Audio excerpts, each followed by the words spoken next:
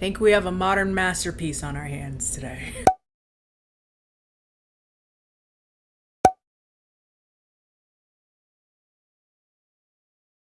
I remember last week when I was joking about how I just bought a new camera, so I just spent a bunch of money for my videos to look exactly the same. Jokes are funny. I think the only thing that really changed is that my lace is slightly more clockable, which I would argue is not a step in the right direction. We got more important matters to talk about. Hello, it's Kendall here. If you're new around here, welcome. If you're not new around here, what is up, home skillet biscuit? And happy Saturday. If you don't know what Saturday is when I do a little something on my channel called Bad Movies in a Beat, the series on my channel where I talk about bad movies while putting my makeup on. And let me just say, I am very, very excited for today. Today we are talking about a film that immediately drew my attention because of my love of trash, but particularly trash that comes from M. Night Shyamalan. One of the people that I've slowly started to realize is who I go to for just complete and utter failed seriousness. He's actually come out with his newest film, of which he has written the screenplay and directed and made a cameo in, because of course he did. Today we are talking about the 2021 release, Old. Now, Old is a lot, and I knew it was going to be a lot before I went to see it. Old is the type of movie that you gather a bunch of your friends together to hate watch a little bit tipsy, and you Uber your way over to your nearest theater, and you're probably the only people in there, and it's just a good old messy time watching the foolishness take hold. And in that spirit, I will offer you today's sponsorship. Take it away, Admiral Kennie.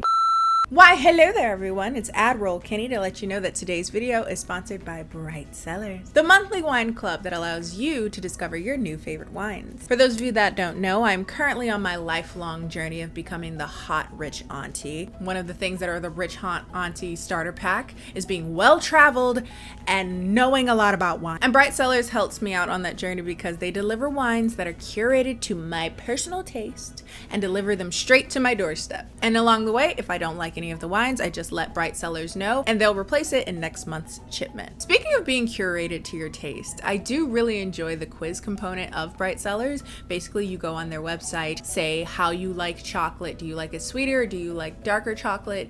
Do you like your tea with more or less sugar? Do you like it hot? Do you like it cold? And a few other seemingly random parameters like the time of day and when you usually drink your wine and stuff like that. And they take that information and somehow send you wines that are just like on point. And another thing is they also send these cards, which I've slowly been collecting because again, I'm trying to get more knowledgeable about wine. How do you have a dry wine?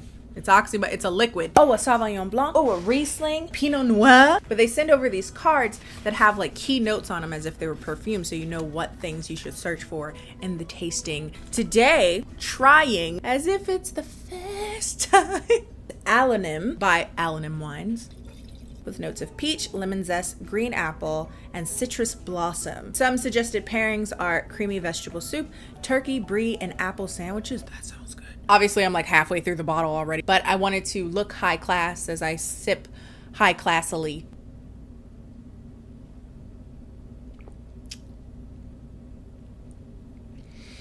I just need like a scampi. I feel like with like angel hair pasta, maybe even cooking with this would be dope. But of all the notes that they're kind of suggesting here, I'm definitely getting a lot more lemon and green apple. I made a honey mustard apple salmon salad yesterday. Your girl's a cook. This would have been dope with it. I should have drunk this with it. Bright Cellars is currently letting you get 60% off of your first 4-bottle box if you use my link down below, which means that you get your first 4 bottles for just $38, which is a very good price. Wine gets very expensive. Cheers to Bright Cellars for sponsoring today's video, and let's get on to the debauchery. I never know which direction.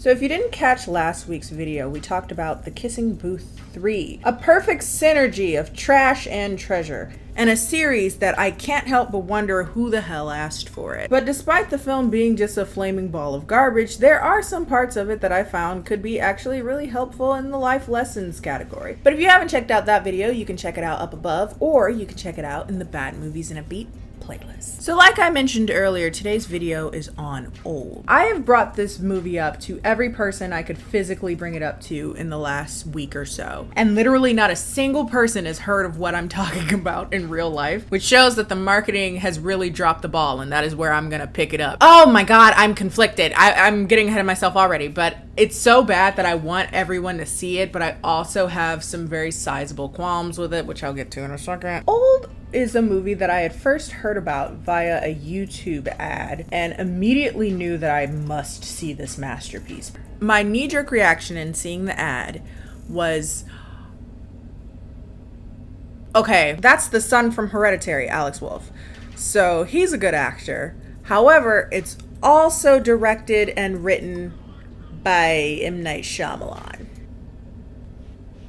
So it's a toss-up. We don't know how this is gonna go. This could either be amazing or the worst thing I've ever seen, and somehow this movie is both. Now, if you haven't heard the premise of Old, it's basically about a group of people who end up on this magical island that has the power to make them age 1 year every 30 minutes. They are trapped onto this island due to some supernatural force, and they have to figure out how not to die in like a 24-hour period. And being that Shyamalan has not made great movies in the past, i.e. my video on The Last Airbender, if you haven't seen that, I knew that this was something that would be probably a wholly singular experience, because M. Night Shyamalan movies tend to be that, just not in the right way. And I'll admit it, I was giddy. I feel like only people that like bad movies would even want to go see this movie. Old, to me, is an instant camp classic. It is the worst, best thing that I've seen this year. And I felt like a duty to my audience to let you know that this is out there just existing. Old is a bad movie lover's wet dream. And what's funny is that the more I found out about the movie afterwards, after I read up and watched some interviews from Shyamalan and some of the other actors, the movie became that much funnier. I haven't had an experience like this in theaters since Ma? Yeah, since Ma. And this experience was so intoxicating that I not only spent money to see this garbage once, I went twice, both times, in an almost completely empty theater, laughing my ass off so bad that I couldn't breathe at certain points, and I felt like a psychopath because nobody else found it funny but me. Especially the first time I watched it. It was, like, again, such a singular experience. I was sat there crying, laughing, but it was because I didn't know what feelings I was supposed to feel. I was sitting there like, was that supposed to be a real movie? Because so much about it was so hysterical to me that I was like, oh, well, this is obviously like a comedy. And when I say that, I don't mean like the really bad attempts at humor that Shyamalan tends to do in some of his movies all of the movies I've seen from him. I was talking about like how the movie was made, how it was shot logistically, technically. Was it to invoke a humorous response? I went searching on Wikipedia. Nothing about comedy came up at all. I looked at interviews from M. Night Shyamalan, from Alex Wolff. Neither of them behaved as if they were in on a joke. Actually, even, M. Night Shyamalan has talked about how this movie is like deeply personal to him. And I get that. I'm not undermining that. But, oh, that made the movie that much more delicious. And so, I went to go see it again. And damn it, if I didn't have to get this video up in time, I'd probably go see it a third time, because it is, again, deliciously bad. The realization that Shyamalan thought he was making an actual movie that not only was meant to be taken completely seriously, but was also supposed to invoke some deeper conversation around social politics, fears around aging and growing up, critiques on like medical practices as well. I realized that I'd fallen on a camp gold mine. I am shaking.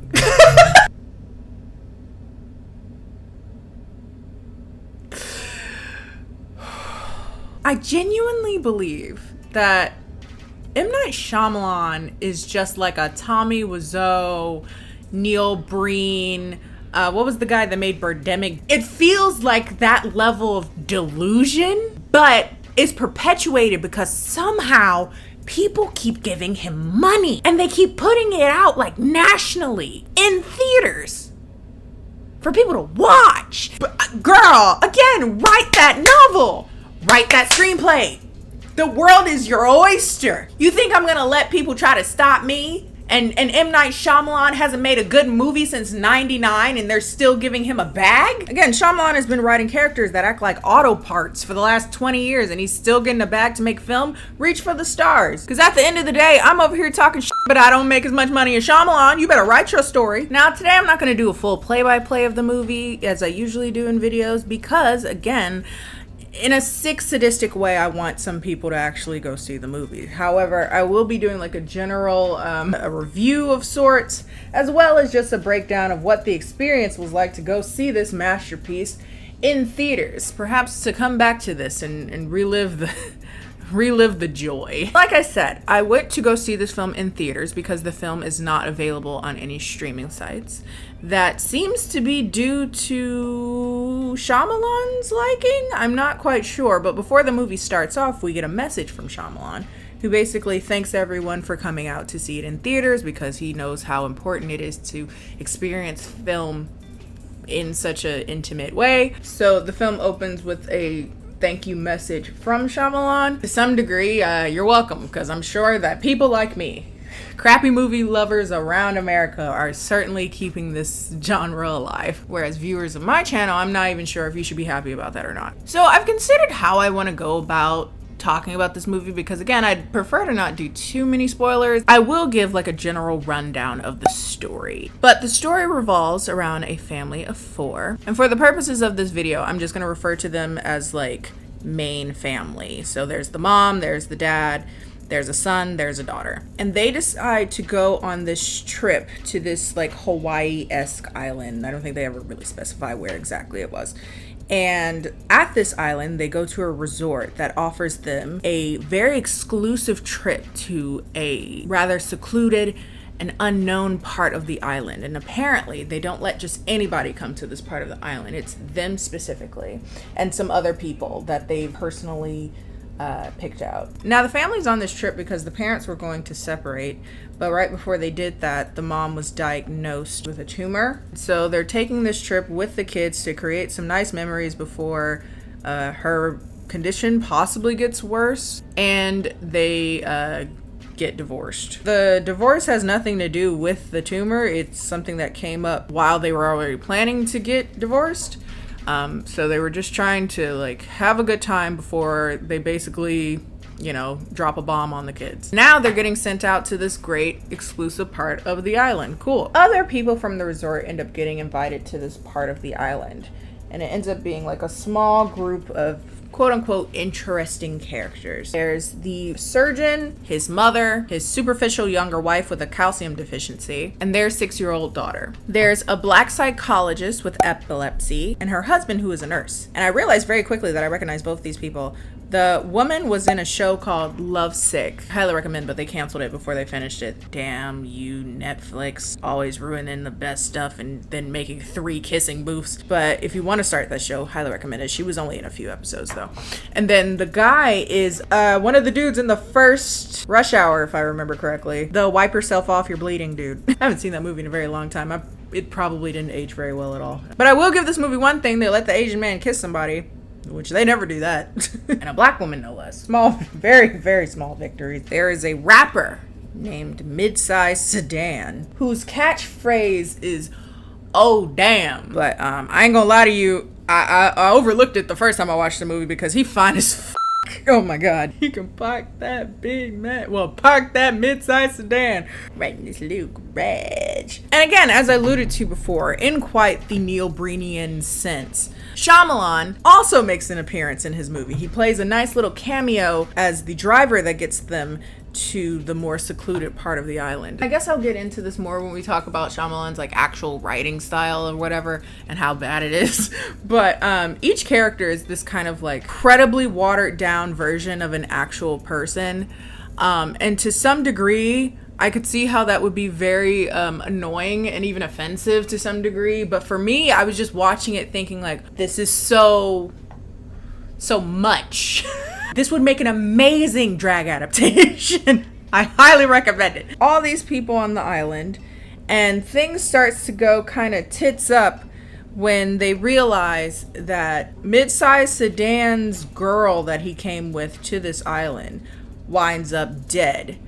and everyone starts to suspect that he had something to do with it, despite having no evidence other than him just saying, damn. Soon after that, everyone starts to notice the rapid aging of the children. They start to notice that something is strange about this island and decide to attempt to leave. But each time someone tries to leave, they get dizzy, pass out, and wake up back at the shore. Now, this is where the spoilers start chalking in, so I guess I lied about not selling any spoilers. But slowly we start to realize that each group has at least one person who has a disease, either a physical or mental. And then, much like any other horror movie, slowly but surely, each person gets picked off, either by old age, their diseases that got worse because time was moving so quickly, or violence against each other, or died while trying to escape the island. Now, I'm going to be skipping some of the more what the f moments of the film. Mom! It is weird. It's very weird, but all of this culminates into the end of the movie, where basically we as the audience find out that this entire thing was this big orchestrated medical experiment in which they used these people as test subjects for like a medicine that they were making. And lo and behold, they find out that this medicine actually really helped the black woman who had seizures, and essentially she took the medicine once and didn't have seizures for what is equivalent of about 16 years. Sure, it's not like the most ethical thing in the world, but you know, we might have cured epilepsy. Good go team. Expedited trial to see how these medicines work, who they work for, etc., etc. And so that's basically the end of the movie. I will say that perhaps 2 people survived and maybe brought down the organization, but again, I'm not trying to spoil. So now that we have the bare bones of the entire movie out of the way, let's go more into like the nitty gritty. Let's talk about what makes this movie truly a masterpiece in the making. I truly believe that. To really hone in on that, we have to talk about Shyamalan's writing. I recognize this in his first adaptation that I ever saw, which was The Last Airbender. And this is also an adaptation, by the way. This is an adaptation of a graphic novel, if I'm not mistaken, called Sandcastle, if I'm not mistaken. And so I would go on record to say that if you thought you were going to see a movie that in any way encapsulated anything you liked about the graphic novel, I knew if Shyamalan was making it, it's not going to be that. He's an impressively bad writer. He makes some of the clunkiest dialogue, the most 2D, almost fan fiction level of underdeveloped character. He writes dialogue as if he's never seen 2 people talk before. I consider talking more at length about the very, very bad acting in this movie. As I've kind of said in other videos, you can only act as well as you're directed to act, as you're told to act, as you're written to act. And again, Alex Wolff is in this, and he did pretty good in Hereditary, so whose fault is it? He has characters introduce themselves and divulge information about themselves, again, in an incredibly awkward and unnatural way. Characters will talk to each other and tell like a random story about themselves in a way that, again, tonally doesn't make sense and also doesn't lend anything for future things that happen in the story. It's not like a foreshadowing to something that'll be more important for the most part. It's just saying stuff. And again, as I was saying before, Alex Wolff in this is terrible. But again, how is he not supposed to be? I feel bad for the other people that I don't recognize, especially Mthrshp Sedan. Apparently his name is something Pierre, Aaron Pierre. Just act like this isn't a part of your resume, hun. We'll just act like this never happened. You needed to check. There's a scene where the mom turns to the dad and is like, "Do you know what book I'm reading?" And he's like, "No, am I supposed to know what book you're reading?" And she's like, "Never mind." And it never comes up again. We never find out what the book was important for. Like, again, in a very like Last Airbender-esque way, people just say so much and by proxy say so little. To some degree, it's easier to follow than The Last Airbender. The Last Airbender was a cluster.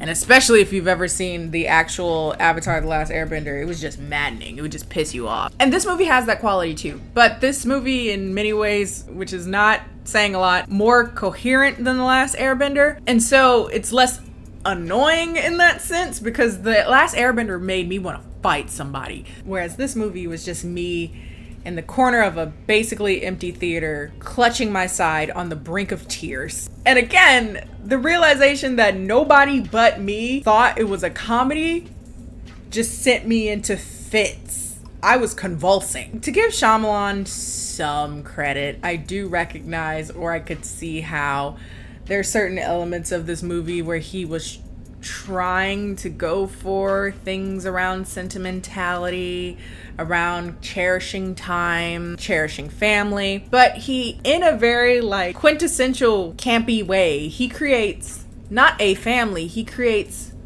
family. A family who argues. They play, but not play. You get what I'm feeling? There's something so demonstrably camp about it in a very like Sontag way. I sound so pretentious. Like I heard that leave my mouth and I was like, wow, really? Is this who we are now, Kendall? And then again, by the end of it, I'm just left reeling with the realization that Shyamalan believes in this film. Like, or at least pretends to. And it's such a deliciously entertaining thought that everyone involved in the making of this film is going to defend it with such conviction. And that's hilarious. That's hilarious. I also want to talk a bit about Shyamalan's directing and shooting. Now, these are critiques coming from a person who doesn't really know shit about movies. And despite me just enjoying movies, liking movies, critiquing movies, saying how stories don't make sense, I am by no means an actual movie critic. I just like tearing movies apart, a la Mthrshp. But I couldn't help but notice how, is ugly the right word? How peculiar certain choices were in the filming of this movie. I just really need people to take away Shyamalan's access to incredibly close and awkward shots of people's faces. It is some of the most jarring use of any technique. While watching any Shyamalan film, I can't help but think that he takes every opportunity to make the worst choice visually in this movie. There is truly something deeply askew with this movie. He also has this weird tendency to like pan the camera away from any important information that would be on screen. So if someone dies, you don't see it. If someone has a discovery, you for some reason don't show that. When people are leaving or trying to leave out of the island, most of the time it's just like a cutaway and they're like groggily waking up from the floor. Again, this would be amazing on stage in like a drag show,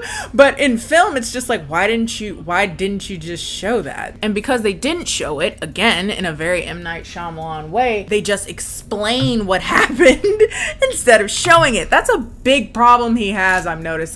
The whole time watching it, I was just like, who gave him money for this? And also, thank you. You saw my vision. Are Shyamalan movies like a money laundering scheme? Or like, what is happening? Again, those theaters were empty. And you're not putting it on streaming sites. I just have so many questions. Now, there is something about this film that I would like people to keep in mind if they're going to go see it. Much like other campy, culty movies I've seen in the past, this movie does have like a dark underbelly. I'd be remiss if I didn't say that there are elements of this movie that are a bit, why? I feel like that tends to happen, especially with camp movies, because they tend to try to some degree have a level of seriousness and that usually is in relation to some form of serious social, political, or whatever topic. Take for instance Mommy Dearest, which was supposed to be a serious movie about child abuse. Take for instance Showgirls, which is a serious movie about sexual liberation of women and the problems with misogyny, and then turned into that. This movie, to some degree, I could see as sort of a critique on, I don't know, the politicization of medical research. But in doing so was incredibly ableist. Not to mention questionable racial undertones. The entire movie is about people who have different ailments and being tested on, right? And one would hope that that's considered a bad thing, right? So I'm not sitting here saying that Shyamalan was like, yeah, or even the writer of the original comic book wasn't necessarily like, yeah, screw the sick people. But there's one person who is the surgeon who has schizophrenia that gets worse with the passage of time, and it results in him being deeply violent and mistrustful and paranoid, and he ends up killing the black rapper Mthrshp Sedan. Of course, you killed the one person I was watching this movie for. It's actually kind of impressive how quickly you can piss off two marginalized societies in one action. So yeah, not great. I don't know what I think. I think much about it the same way I feel about the incredibly misplaced and deeply upsetting sexual assault scene in Showgirls. It was just unnecessary.